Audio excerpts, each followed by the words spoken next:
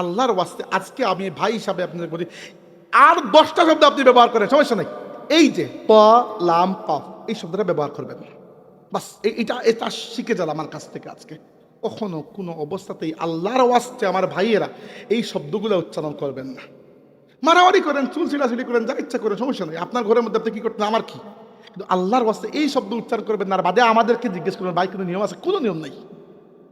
শেষ, খালাস, full stop. একটা যদি মনে রাখবেন, তালাক শব্দটা জিন্দেগিতে মুখে উচ্চারণ করবেন না। আজ থেকে এটা ওয়াদা করে যান। কারণ তালাক এমন একটা শব্দ যেটা আপনি খেলার চলে ফাজদামি করে বললেও হয়ে যাবে। এটা একটা শাস্তি।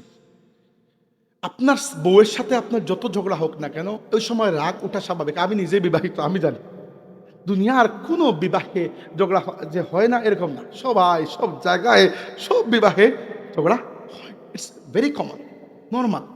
কিন্তু আল্লাহ নবী বলেছেন 3টা শব্দ কেউ সিরিয়াসলি উচ্চারণ যদি করে, নিয়ত করে, সেটাও ফলে যাবে।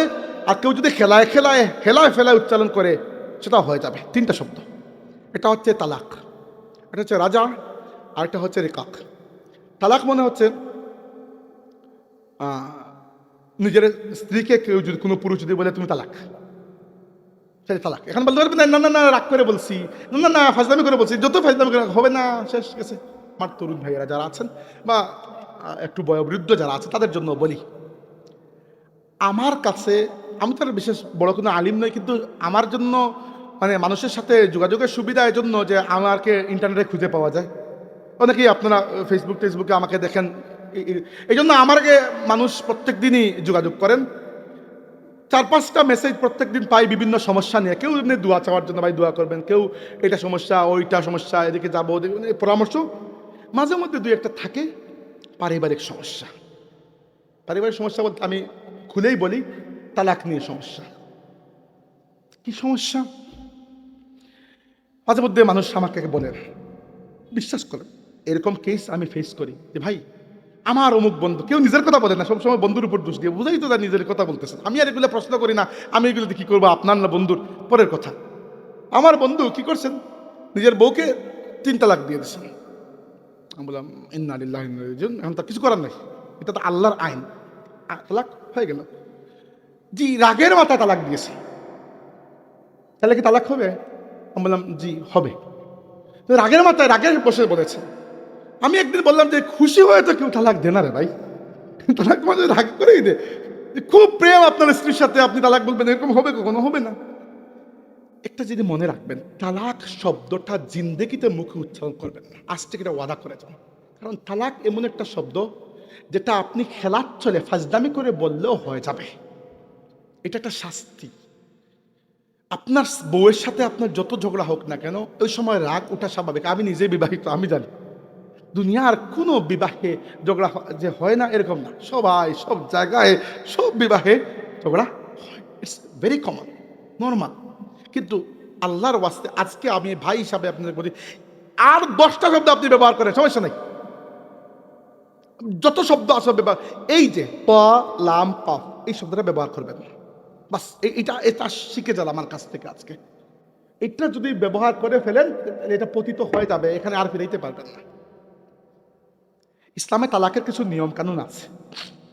তালাক দেওয়ার সুন্নত নিয়ম হচ্ছে, ধরেন তালাক কিভাবে দেওয়া হয়, ধরেন মুঠো পরিবনা হচ্ছে না, এই অবস্থা কি করা লাগে, ফাবাসু হাকামাম মিন আহলিহি ওয়া হাকামাম মিন আহলিহা, এই পক্ষ থেকে কিছু বিচারক, মানে ওই কনের পক্ষ থেকে কিছু মানে বড় মানুষ, বুজুর্গ মানুষ, আর বরের পক্ষ থেকে কিছু বুজুর্গ মানুষ এনে এটা সমাধানের চেষ্টা করা হয়। এরপরেও যদি না হয়, তাহলে সেপারেট থেকে দেখার চেষ্টা করা হয় যে এরপরেও এরা ঠিক হয় কিনা। আর যদি মাঝে মধ্যে আসলে জেনুইন কেস এমন হয় যে আর একসাথে থাকা যাচ্ছে না, তখন নিয়ম কি?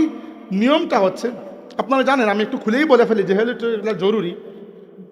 মহিলাদের প্রত্যেক মাসে একটা মেনস্ট্রুয়াল সাইকেল হয়, জানেন তো এটা।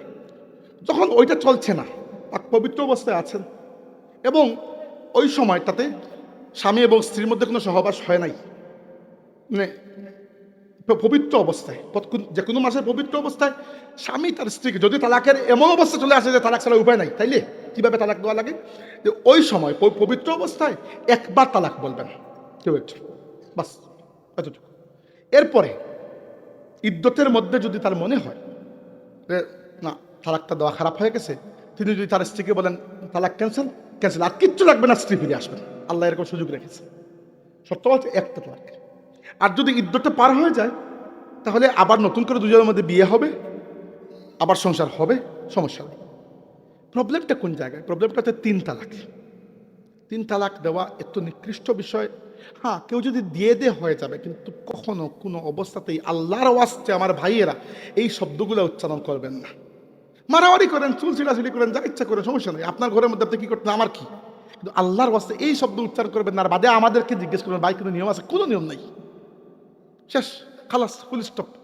হ্যাঁ, কেউ একজন টাকা পয়সা খেয়ে মাঝে মধ্যে একজন একটা গল্প শুনেছিলাম, আমি নাই, আমার চাচা মুফতি সাহেব আমাদেরকে একবার বলেছিলেন, আজকের প্রধানমন্ত্রী মহোদয় মুফতি সাহেব আমাকে বলেছিলেন, একবার গল্প বলেছিলেন যে উনার কাছে সম্ভবত কেউ একজন জিজ্ঞেস করেছে এই 3 তালাকের মাসলা, তার নিজের জীবন তিনি নিজেই তার স্ত্রীকে দিয়েছেন ওই ব্যক্তি, তো দিয়ে মুফতি সাহেবের কাছে চলে আসছেন যে সাহেব কি, মুফতি সাহেব বলেছেন তো তালাক তো হয়ে গেছে, কিছু করার নাই।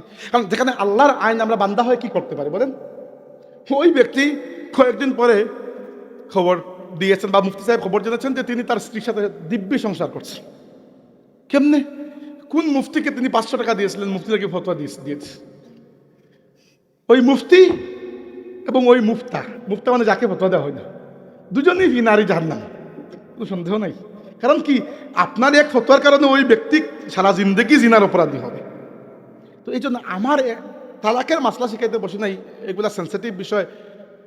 খালি একটা কাজ করবেন, তালাক শব্দটা মুখে আনবেন না, যত মারামারি হোক আল্লাহর কাছে এইটা করবেন না, বাকি এভরিথিং ইউ ক্যান ডু, যা ইচ্ছা করেন, কিন্তু এই শব্দটা উচ্চারণ করবেন না। কারণ আল্লাহ নবী বলেছেন 3টা শব্দ কেউ সিরিয়াসলি উচ্চারণ যদি করে, নিয়ত করে, সেটাও ফলে যাবে, আর কেউ যদি হেলায় ফেলায় উচ্চারণ করে সেটাও হয়ে যাবে। 3টা শব্দ, এটা হচ্ছে তালাক, এটা হচ্ছে রাজা, আর এটা হচ্ছে রেকাক। তালাক মনে হচ্ছে নিজের স্ত্রীকে কেউ যদি, কোনো পুরুষ যদি বলে তুমি তালাক, সেটা তালাক। এখন বলতে পারবেন না, না না রাগ করে বলছি, না না ফাজলামি করে বলছি, যত ফাজলামি করে হবে না, শেষ গেছে। 2 নম্বর রাজা। রাজা মানে হচ্ছে 1 তালাক দেওয়ার পরে ইদ্যতের ভেতরে কেউ যদি তার বউকে বলে তালাক নয়, চলে আসো, শেষ, তালাক মিটে যাবে, তালাক আর হবে না। আল্লাহ রাব্বুল আলামিন আপনার জন্য সেকেন্ড চান্স রেডি করে রেখেছেন, বাট শর্ত হচ্ছে 1 তালাক। বুঝতে পেরেছেন? আর 3 নম্বরটা হচ্ছে কেউ যদি তার কৃতদাস, এখন তার কৃতদাস নাই, এক সময় যখন ছিল, কৃতদাসকে যদি কেউ বলে তুমি আজাদ, স্বাধীন, শেষ, সে স্বাধীন। এরপরে আপনি বলতে পারবেন না, না না ফাজলামি করে বলছি বাবা চলে আসো, আর সে আসবে না, একবার বলছেন সে আজাদ হয়ে গেছে। তো এখানে আমাদের জন্য গুরুত্বপূর্ণ হচ্ছে এই তালাক শব্দটা, কারণ বাকিগুলো তো এখন কি করবেন। এই জন্য আমি সবাইকে এইটার কথা আমি নর্মালি ওয়াজে কখনো বলি, আর জীবনের প্রথমবার বলতেছি তালাকের মাসলাটা, কারণ মানুষ আমাকে এগুলা নিয়ে প্রশ্ন করেন। তো 3 তালাক দেওয়ার পরে এখানে আসবে এসে হে হে করে লাভ নাই, কারো পক্ষে কিছু করা সম্ভব না। আমি যদি বলি নাউজুবিল্লাহ, আমি যদি বলি যে তালাক হয় নাই এটা সেটা, তাহলে কি আমি বললে তো কিছু যায় আসে না। আল্লাহ রাব্বুল আলামিনের কাছে যদি আপনি অপরাধী হয়ে যান, আপনি তো আমার রেফারেন্সে বাঁচতে পারবেন না। এই জন্য দয়া করে তালাক শব্দ উচ্চারণ করবেন না। এটা কিসের প্রেক্ষিতে বললাম? যে আপনার নবী বলেছেন রাগের মাথায় জাজমেন্ট না দিতে। তালাকও তো একটা জাজমেন্ট, কারণ আপনি রাগের মাথা লাগলে মনে বলবেন না না রাগে দিচ্ছি, তো খুশি হয়ে তো তালাক দেওয়ার কথা নাই, রাগেই তো দিবেন না। রাগের মাথায় যা ইচ্ছা বলেন বাপের বাড়ি চলে যাও কি অন্য কিছু, এই শব্দটা উচ্চারণ না করলে আর সমস্যা নাই, এই শব্দটা উচ্চারণ করবেন না। ওকে, আপনারা যারা বিবাহিত তাদেরকে বললাম, যারা বিবাহিত নয় আল্লাহ আপনাদের বিবাহ দেন প্রথমে, এটা তো এইটা নসিব হোক, বাদে পরেরটা পরে দেখা যাক।